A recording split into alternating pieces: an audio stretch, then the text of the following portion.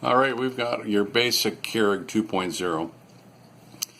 I don't know the model number. I forgot to look on the bottom. I'll update it shortly.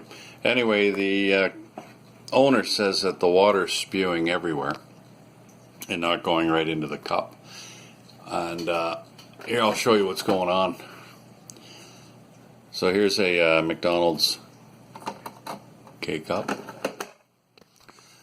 I've never seen this problem before. And watch this.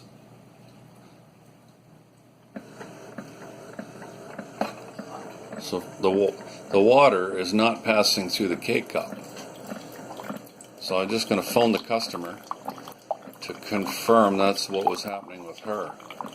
That she was putting K-Cups in the machine and water was spewing everywhere instead. So yeah, I've fixed a whole lot of these machines. I've never seen this problem before.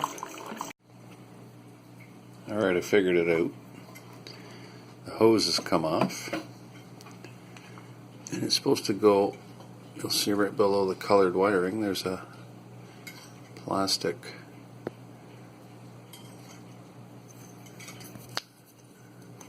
nozzle. Right there. The hose has come off. Alright, so I've got the hose reinstalled. Right by your colored wires here, there's a nozzle. There was a zip tie on it, but somehow it came off. Because the problem is, every time you open this up, you see the movement there? Every time you do that, that hose is moving. So, anyways, let's see how it goes here. Select a small cup. There we go. Let's see what happens. We should be back to normal here. There it goes. There it goes. So she is fixed.